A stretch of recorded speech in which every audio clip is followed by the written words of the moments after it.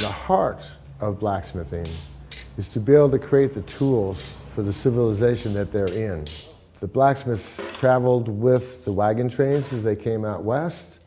They traveled on the ships. There was a complete blacksmith shop on all the ships because if something broke, they would be able to maintain the ship to keep going. So the blacksmith is the one that could talk to all the trades, and they would have insight into what those trades do. The farmers, the carpenters, the coopers, the doctors, dentists, and all the people that needed to have any tooling out of metal.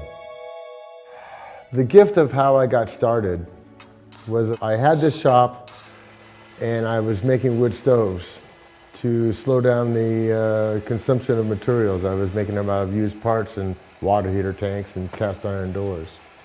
And a fellow came that was elder. He had been smithing since he was 13. I think he was in his 55 or 60 years. He had been diagnosed with a heart ailment that kind of scared him. So he came to me and he said he wanted to teach. And I said, yes. I've been fortunate enough to inherit a lot of his tools and also to inherit the knowledge of how to make tools, and that's what I pass on to the people who come to me. Right now I have two, I call young men because I'm in my late 60s. They are learning from me and I'm teaching them in the tradition that Al Bart taught me. I stamp my finished products with a heart stamp. It's my signature or a maker's mark. I made mine as a heart because of the heart that it takes to put your energy into a piece of ironwork. Just the other day we made a hammer. Two of my apprentices were involved and I stamped it with 3 hearts, symbolizing that we all were part of this making of a hammer. And it couldn't have been any better than that.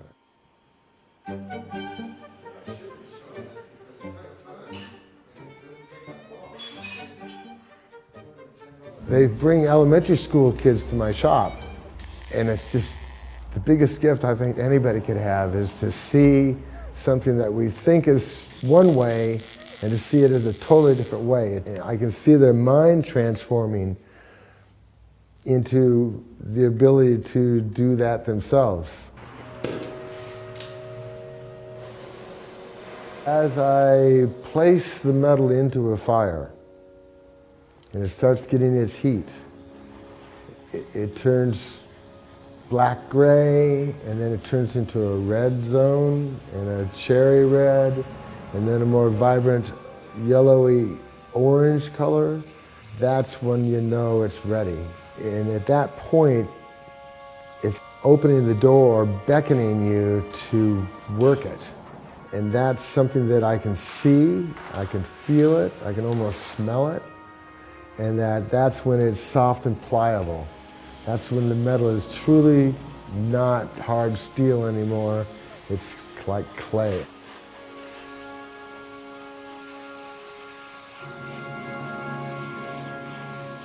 It's becoming an object of value, of lasting abilities, and of function. As I grew up, metal is hard and rigid, and what I'm able to do is to soften it, something for the hand to touch that's soft and you want to touch it. So it's that transformation that really turns me on. From something that's hard and cold and steel, like a jail bar, to a flower.